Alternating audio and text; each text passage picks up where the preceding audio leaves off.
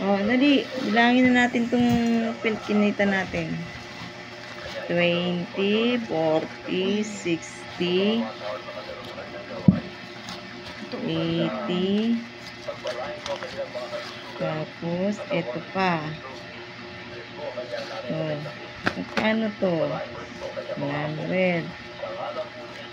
So, meron na tayong 100. 300 po to. So, meron tayong 140 at saka 300. So, magkano yan? Ayusin mo yung pera. Kailangan pare-pareho yung ano niya. Or ulo niya. So, magkano na yan? 300. 300.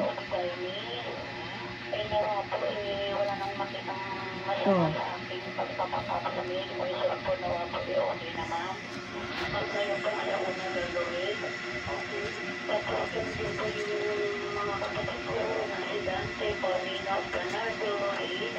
Yan yung kinita mo. Ha? Kawawa ka naman. Yan ang kinita mo sa maghapon mo. Yan ang kinita mo sa maghapon mo pagtatrabaho. 420. Wawa naman. Pero pwede na yan. Kesa wala.